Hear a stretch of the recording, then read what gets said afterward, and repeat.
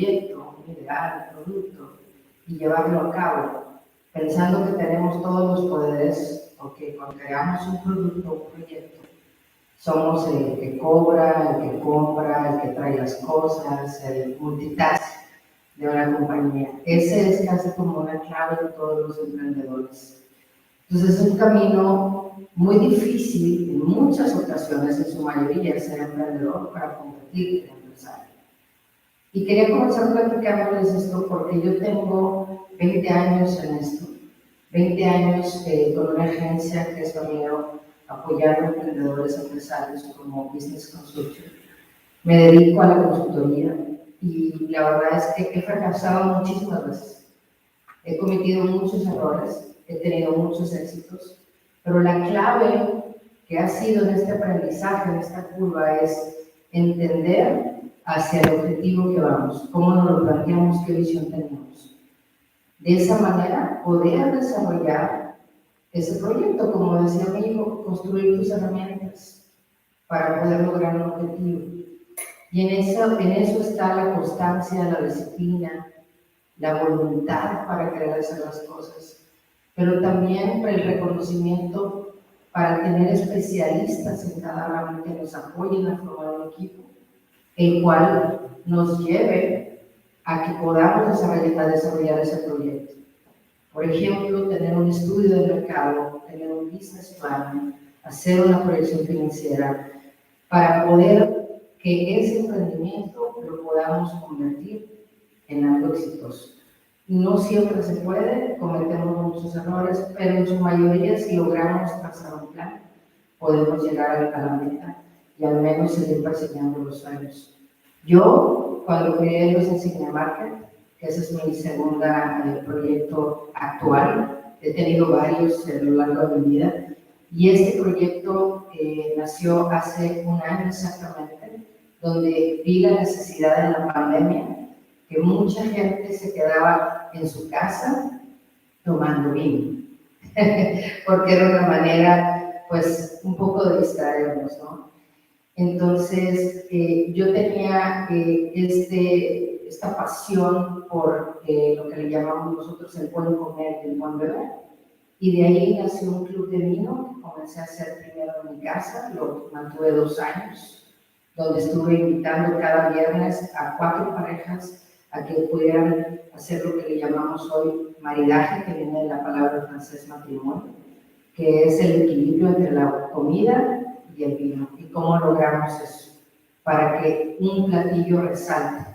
Entonces, después de que terminó la pandemia, pasó un año y seguí con el proyecto y empecé a trazar lo que les comento.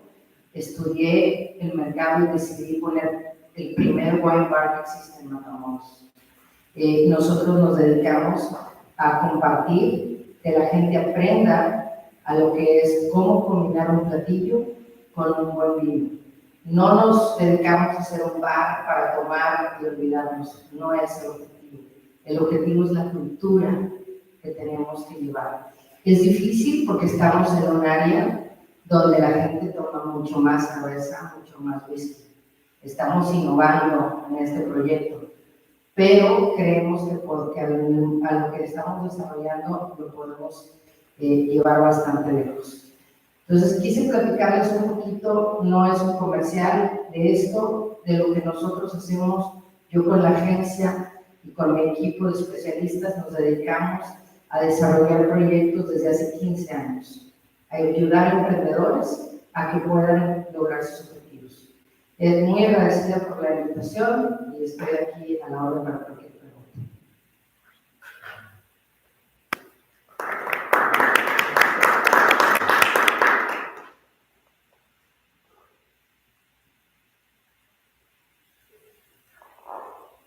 So at this time, we'll have 20 minutes for Q&A, if anything you would like. No traje el vino, me faltó eso, ¿verdad? Sí. Comentó que es una agencia como marketing, Yes. y entonces se fue a algo totalmente diferente, que es algo muy similar a mi historia, que nada que ver con otra cosa. Completamente. Entonces, para mí es bien seguro que tengo miedo, tengo miedo a salir a esa otra cosa. ¿Cómo pudiste animarte para poder hacer algo totalmente diferente que no tiene nada que ver con nosotros? El ánimo, o sea, cómo lo hiciste, cómo te hiciste para poder hacer eso, porque es algo que yo estoy pasando y me da miedo la verdad y yo algo que tal vez sí conozco más o menos, pero la verdad no es lo mismo que hice por 20 años. Totalmente, qué buena pregunta, gracias. Yo creo que es muy importante que reconozcamos nuestros dones y los desarrollemos.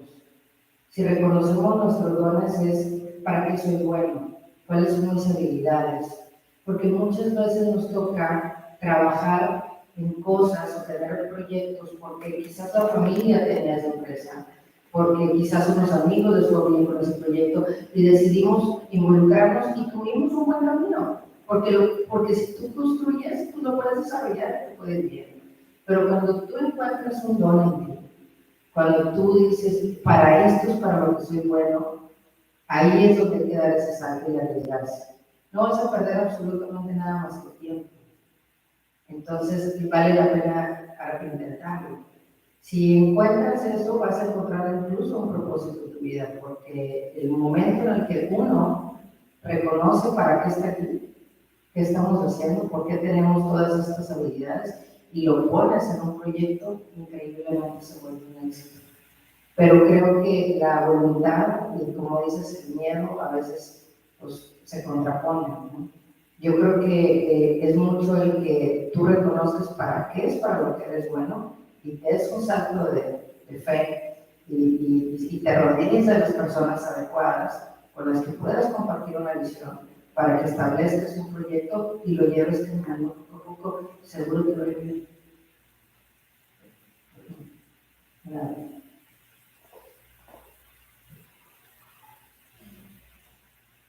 ¿Sí? Dice market, ¿eso quiere decir que vendes vino?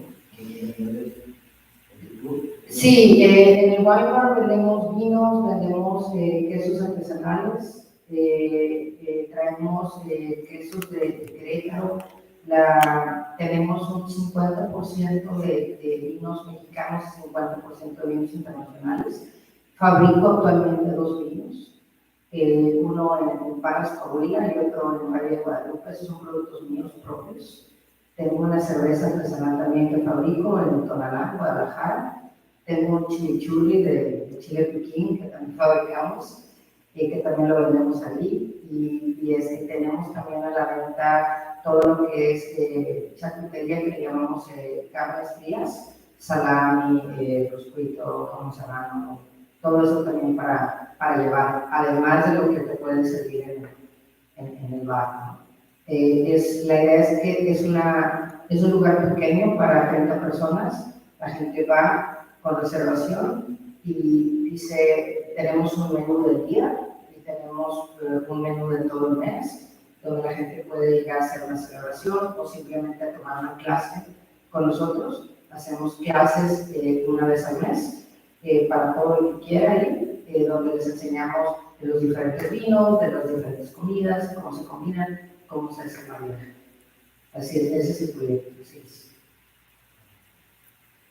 ¿Sí? ¿Tienes planes para venir a ¿Sí me invitan? Sí, la verdad es que me encantaría desarrollarlo para acá, para Texas, el proyecto. Estoy buscando socios, de hecho, actualmente. Ya estuve estudiando todo el área de Valle de Texas y me hay bastante potencial.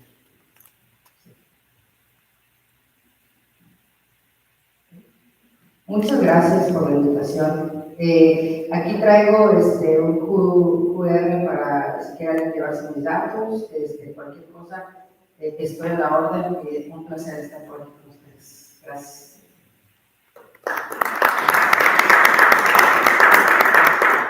This time we'll invite our next presenter, Eduardo.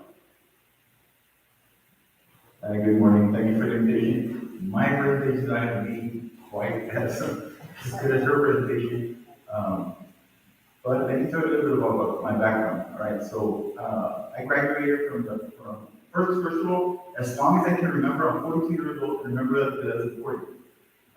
Because I'm going through a life crisis. All right, so, no, but seriously, that's important because as long as I can remember, I've always been wanting to do business. I don't know why, but I remember setting Lucas when I was in first, second grade. I've always been doing something that's business related. And so when I was gonna get the best major in the world, right? I was a double major. And I had business and art, and I was gonna sell ceramic. I was gonna create my own ceramic tile. That's when I started BTX. But before that, I'm gonna go back a little bit. Before that, when I was in middle school, I was fascinated with information superhighways. So that's important too in my story. Okay. I remember learning about what we call the internet now. Back when I was in middle school, we went to go visit a friend of the family, and coming back home and telling my dad all about it, how we could go into the Library of Congress and go on to all these different, they were not even called websites, you just log in and you would browse through stuff. And I was really excited and coming back and being fascinated. And when I was in middle school, we bought our first computer and we got Prodigy, and it was a different world back then, right? The information for how what we call the web or nothing. And then when I got into UTV, I've always been a nerd, right? So when I got to UTV, I decided I was going to do a double major, and I really didn't like that. I figured that if I was going to be a businessman, I didn't have to get a business degree, right? So I went with my passion, which was web development, software development, and I did computer science. And then I got a job in 2004. It was really difficult to find web developers, web programmers, and I got a job working at university for the distance education department, which I think it still exists, I don't know. So anyways, and I saw an opportunity, and I was like, oh, I'm gonna get rich, right? I'm really good at what I do, I'm a web developer, and I started my own company, and my main customer at the time was the university, different departments, I was developing web programs and different things like that. And then when I started going to promote my business in 2006, I was heartbroken because everybody kept telling me that they already advertised in the yellow pages. But to me, it was like, I'm not even here to sell your website. I'm here to build you a web program or a program that can make your business process easier. Like, I'm a programmer, I'm not a designer. And it was really difficult to make them understand that. And long story short, with my company, Sabletech, I never really did web development. I started doing because I pivoted because that's what the customer wanted for me to move their computer to a computer nerd, and I started doing cabling. Long story short, that was my background, and I've been doing that for 20 years now. And during the pandemic, like everything else, everything's changed. I had my CDL, my commercial driver as a truck driver, because my dad had trucks. So even though I never really put it into use, during the pandemic, everything got slow, and I started driving a truck over the road with my father. And I noticed that there was this point, like this sweet spot, where as the owner of a truck, you didn't have to get authorization from anybody to get it done because it was a necessity. You needed to change your tire. You gotta go out, you can't drive a truck without a tire, right? So it was a very profitable market that was dominated by big truck stops. Okay, and there was a bunch of independent truck carrier repair people, but if you served an area like North Brownsville or maybe like a certain area in San Antonio, that was all you did. You didn't serve the whole Texas or the whole US because you were independent, which is like a 1 or 2 man show, right? So then I got this idea with my background that I could broker these deals, right? So whenever a big company wanted to look for a truck carrier repair San Antonio, the truck carrier repair Houston, the truck carrier repair Waco, the truck carrier repair Brownsville, then they would find me. And I would look for relationships where like independent truck carrier repair people, they were doing their job already, right?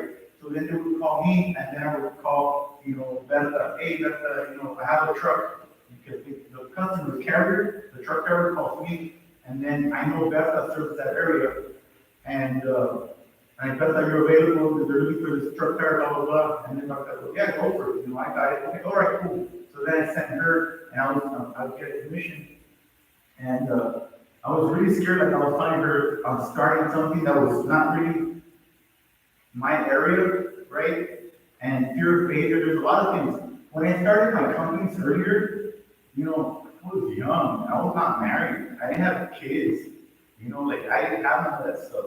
So I had the luxury of living with my mom and being able, whatever, like he said, like time. And so, if I made profit, that was good. If not, it was no big deal. I'm 42 years old. I got 2 kids in college. I got bills to pay. So,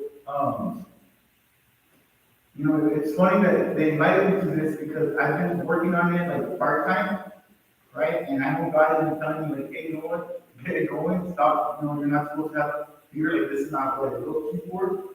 And I'm excited that I'm here because I finally kind of like kicked it off like in the last 8, 9 months, and this is been picking up. And there's a lot of things out there that are unknown. Being a businessman, getting funded, which I really don't want to get funded, because I don't want to partner because I've seen other people have got partners and then things kind of like don't work out.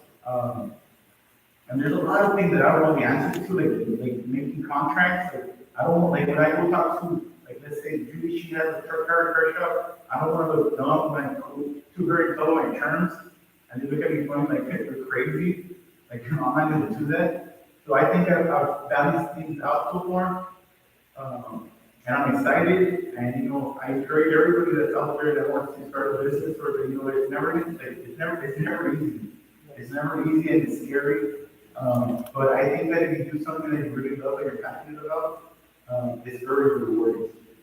So if anybody has any questions, here to answer some questions. Do you already have an app for that?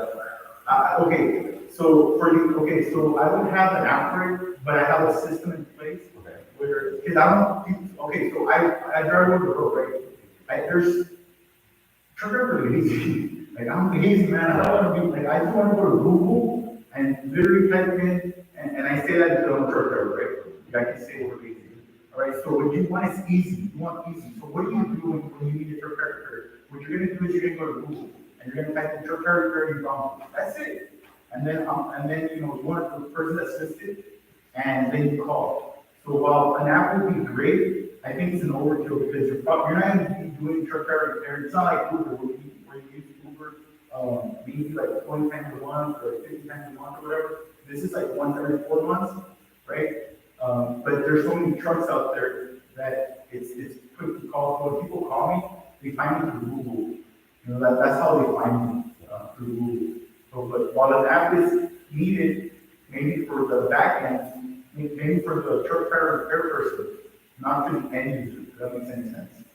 Yeah. Right. So yeah, I'm working on that. I have a few questions. Okay.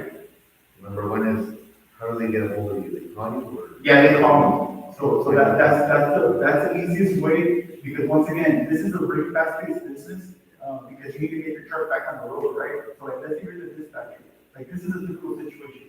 You're a dispatcher, or you're the owner of the truck in Chicago, and then your truck breaks down in San Antonio. So you're in front of your computer, right?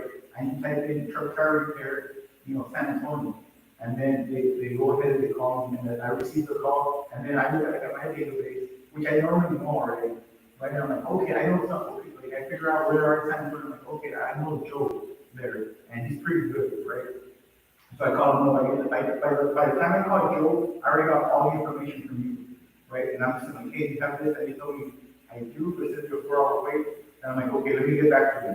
So then I call Mark, and I'm like, hey, Mark, do you have this available? They're like, yeah, I do. Or you like, what's your ETA to the truck? I go, oh, 45 minutes, okay, go for it.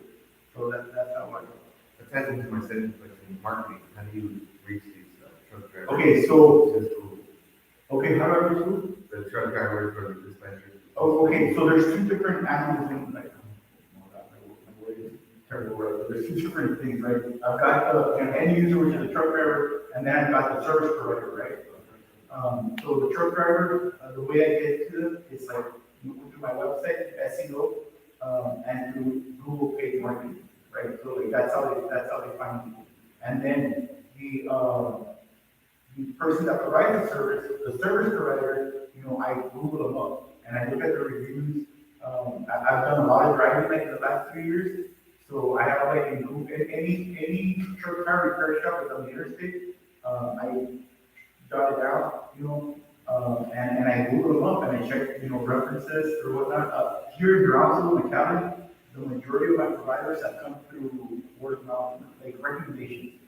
Like, because I know a lot of truck drivers now, and my family's been involved in truck business. So that's how pretty much how I get it. Like, it's gotta be like a Goldilocks of service provider. It can't be too small where he's unreliable and he might not have tires available, and it can't be too big where like, you know, so it's a little, it's like a little unboard, a little too small. Another question is, I do reach 1,000 trucks per day, so I deal with them all day as a dispatcher, broker, and all kinds of activities that I do. I reach them every day. I do have an app in progress. I don't know if you want to see if you can tag on a little bit of that. Also, marketing as well, I reach them every day. So I don't know if that's something you would like to do as well. And do you have plans for expanding? Okay, so one of, like, being 42 years old, being, I see several, growing several businesses that I've done already. There's two very important things to me, all right, as a businessman, right? The first thing is a business model. I needed a business model that was very profitable, right? And the second thing that was extremely important to me was scalability. Like, I was, like, as a web developer, as an IT company, I'm only as big as however many humans I can get around me, right? So scalability is extremely important to me. And with this business model, where I'm just brokering these deals, I'm extremely scalable. I started off with the San Antonio Waco corridor, but the same business model can be replicated to any corridor in the United States of America. You know, so scalability of the business model is really important. So yeah, I plan to be the best truck car repair service in the US. To that business model. When the truck driver calls you, hey, I'm tired of Dallas, or you charge the customer and then you pay the provider? Yeah, that's where, okay, so I tried to do it the other way around, where they would pay the provider, and it didn't work out very well. And you know, so, and it's way more profitable. It's way more profitable, because the customer, the truck driver doesn't care. Yeah, they just want to pay you. Yeah, and then it's pay them, yeah, so. That's independent. Yeah, and so that's what I ended up doing, but yeah, that's exactly how it works. So essentially, this is like a roadside service for a very specific market. Exactly, this is. The potential there is really, you might be under estimating the potential when you actually work with like new leverage those technologies to your favor. I know right now you're marketing towards the truck drivers, but there's a million companies, brokers, and logistics companies that are running those truck drivers that might be also an avenue that you can connect to those consumers. And then start a platform where they'll be able to find it like a model like that of roadside service specific for this market. Yeah, that's exactly it. Eventually I would like a platform where they don't even have to come, where they can, you know, this is where I go to get prepared. So you can do two-part sales where you charge the companies that are going to pick up the cars of fee for, you know, being able to advertise on it, and then, you know, in between you have those contracts to kind of take off a little bit on the management of the thing. Yep, definitely. I mean, I think it's fascinating. The supply chain has been severely on the radar over the past 2 years. I think COVID came back and magnified the need for good supply chain and having long infrastructure in place to do that. Yeah, that's it. I mean, hopefully, I'm excited to hear that feedback, so that's what we're trying to do. Yeah, right now it's just tire, but I presume the whole model is to help No. the supplier or other over here. No, I don't know. Okay, a truck car repair, it's yay or nay. Like, okay, so I want to focus. That's another thing I learned. Don't try to do too much because then you're not going to do a lot. All right. So, truck car repair is not a kind of worms. You have a flat, now you don't have a flat. You know, and I can do that, it's like Uber, like, we're here, now we're over here, you can't complain, you know? And when you start doing breaks, start doing nights, start doing all these other, maybe I'm gonna start getting a lot of complaints, and I don't have that capacity right now. So I'm gonna be very specific, truck tire repair, we had a flat, now you don't have a flat. And you pay me, you're happy, and everybody's happy. And if I do an oil change, if I start doing other things, then it's gonna open up a can of worms, and I don't want that. I wanna make, like, I hate to say like the Uber truck driver, but it's pretty much like the Uber truck driver. You know, they're very, very niche. Yeah, one stop call. Yeah, have an optimist friend. So, any other questions? Cool, thank you guys.